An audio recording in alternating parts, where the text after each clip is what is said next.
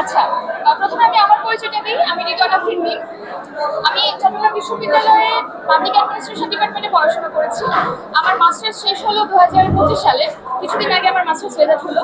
So আমি এখন আপাতত প্রাক্তন শিক্ষার্থী এই চট্টগ্রাম বিশ্ববিদ্যালয়ের। আর আমার সাথে আপনারা দেখতে পাচ্ছেন যে মোহাম্মদ রাহিজি চৌধুরী তার নাম।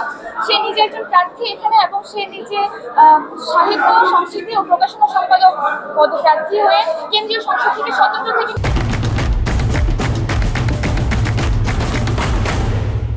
নির্বাচন করছে। তো আমি আমার সে সম্পর্কে আমার ছোট ভাইয়ের মতো। তার সাথে আমার পরিচয় 2020 সাল থেকে। সে একদম আমার খুবই ক্লোজ একটা ছোট ভাই এবং তার ভলান্টিয়ার হিসেবে আমি এখানে ভোট দিতে এসেছি। আমি একজন প্রাক্তন শিক্ষার্থী হিসেবে আমি তো নিজের ভোটটা নিজে দিতে পারবো না, যেহেতু এখানে আমার ভোট নেই।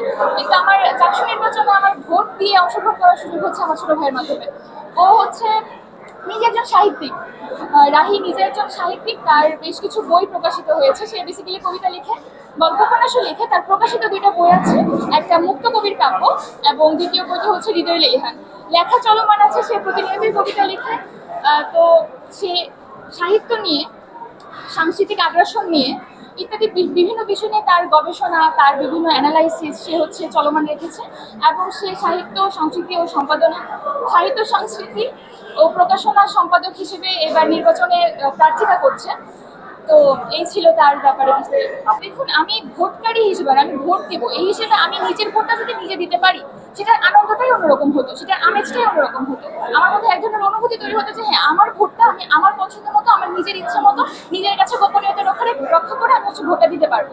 কিন্তু দৃষ্টিপ্রতিবন্ধীদের ক্ষেত্রে কি হচ্ছে, ওদের জন্য কিন্তু ব্রেইল পদ্ধতিতে ভোট দেওয়ার একটা সিস্টেম সম্ভবত ওই নির্বাচন কমিশনের যে আছে, বিজ্ঞপ্তি আছে, ওটাতে ছিল।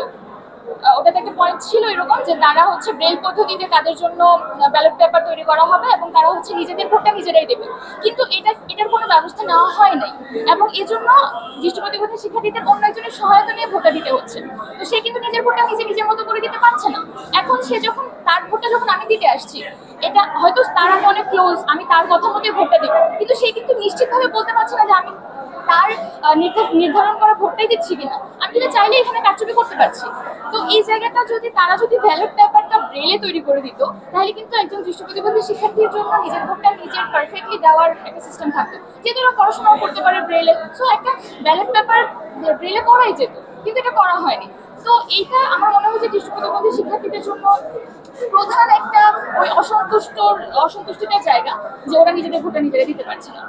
তার আগে একটু বলে নেই, আমি 2019 ক্যাম্পাসে এসেছি। 2019 ক্যাম্পাসে আসার পর থার্ড আই নামে একটি সংগঠন এই দৃষ্টিপ্রতিবন্ধীদেরকে নিয়ে কাজ করা শুরু করেছে তখন। তো বেসিক্যালি এই থার্ড আই অর্গানাইজেশনটা কাজ করতো দৃষ্টিপ্রতিবন্ধীদের স্মৃতিলেখক ম্যানেজ করা, তারপর রেকর্ডিং নিয়ে কাজ করা। যেহেতু ওরা তো বই দেখে দেখে পড়তে পারছে না, তো তাদের পড়াশোনাগুলো কিভাবে হবে, পড়াশোনাগুলো হচ্ছে রেকর্ডিং এর মাধ্যমে ওদেরকে শিখতে হয়। এখন বিশ্ববিদ্যালয় প্রশাসন করে কি, ওদের তো ভর্তির প্রসিডিউরটা একটু ডিফারেন্ট। ওরা হচ্ছে মৌখিক পরীক্ষাতে ওদেরকে বেশি হাইলাইট করা হয়, মানে মৌখিক পরীক্ষা দিয়ে তারা হচ্ছে ভর্তি হতে পারে।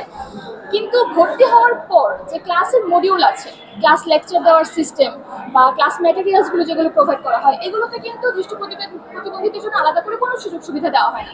নর্মাল বই থেকে তাদেরকে পড়াশোনা করতে হয়, যেটা দৃষ্টিপ্রতিবন্ধী শিক্ষার্থীদের জন্য খুবই অসুবিধাজনক একটা ব্যাপার।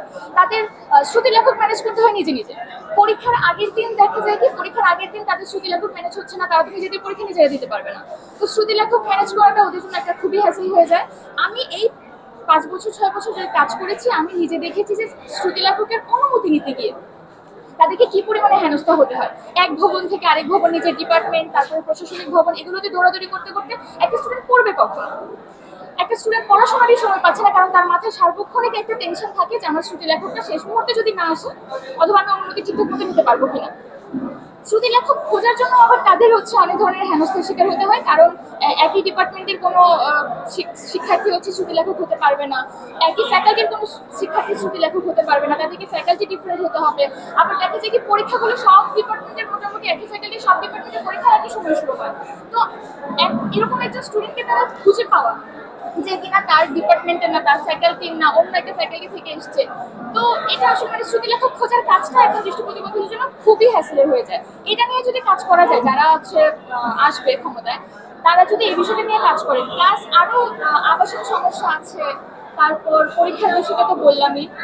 ম্যাটেরিয়ালস যদি ব্রেইলেস করা যেত, প্রোভাইড করা যেত তাদের ম্যাটেরিয়ালস গুলো, যেহেতু রাস্তা চলাচলের জন্য হচ্ছে উপযোগী না, তাদের চলাচলে অনেক ধরনের সমস্যা হয়, দেখা যায় চলাচল করতে গেলে তাদেরকে হচ্ছে অন্য একজন ভলান্টিয়ারের সহযোগিতা নিতে হচ্ছে, আবাসন সমস্যা আছে, রুমগুলো তো সবার জন্য সেম, তো তাদের জন্য আলাদা করে কোনো রুম ব্যবস্থা এগুলো তো নেই। আবার ধরেন যে ডিপার্টমেন্টগুলো আছে, ডিপার্টমেন্টগুলোতে দৃষ্টি প্রতিবন্ধীরা যে হাঁটাচলা করবে ওদের জন্য আলাদা কোনো রাস্তা নেই বা জায়গা নেই, যেটা দেখে হচ্ছে বুঝতে পারবে আমি কোন রুমের দিকে যাচ্ছি, কোন দিকে ওয়াশরুম আছে, কোন দিকে লাইব্রেরি আছে, এই জিনিসগুলো কিন্তু ওরা দেখতে পাচ্ছে না, ওদেরকে আরেকজনের সহযোগিতা নিয়েই কাজগুলো করতে হচ্ছে। তো এই ব্যাপারগুলো নিয়ে একদিন কাজ করা উচিত। ভাই আপনি ভোট দিলেন, একটু অনুভূতি বলতেন। আমি এখন দিনাই জীবন আপনি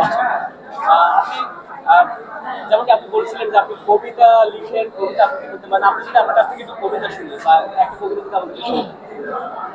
আমি ছোট একটা কবিতা আবৃত্তি করি।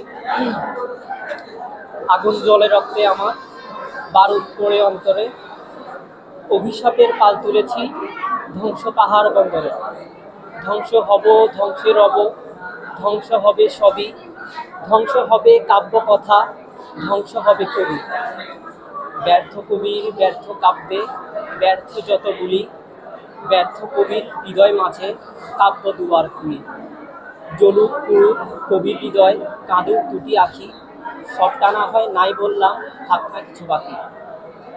ধন্যবাদ আপনাকে। আরেকটি বিষয় আপনাকে জানতে চাই, আপনি আগামী ক্যাম্পাস কিভাবে দেখতে চান? আমরা বিগত বছরগুলিতে দেখেছি যে ক্যাম্পাসে একটি ছাত্র সংগঠন, ছাত্রলীগের একক আধিপত্য ছিল, রাজনৈতিক কোনো স্বাধীনতা ছিল না। আমরা চাই যে এই চাকসু নির্বাচনের মধ্য দিয়ে তারা যেন পরিবর্তন হয়। আপনি এবার দেখবেন যে অসংখ্য শিক্ষার্থী হচ্ছে যে মানে প্রার্থী হয়েছে, এটি কিন্তু একটা ভালো দিক, কারণ যারা স্বতন্ত্র দাঁড়িয়েছে তারা স্বতঃস্ফূর্তভাবে কোনো ভয় ছাড়া, রাজনৈতিক কোনো হুমকি ছাড়া তারা নির্বাচন করতে পারছে। বিগত বছরগুলিতে চাকসু নির্বাচন যদিও হতে এটি সম্ভব ছিল না। আমি চাই যে এই ধারাটি বজায় থাকুক। এখন নাম পরিচয় করুন। জি, নাম পরিচয় করুন। আমি মোহাম্মদ রাহিদুল চৌধুরী, ইতিহাস বিভাগ 21 স্টেশন। আমি একজন চাকসু প্রার্থী, কেন্দ্রের সাহিত্য, সংস্কৃতি ও প্রকাশনা বিষয়ক সম্পাদক, ব্যানট নং 14। ধন্যবাদ।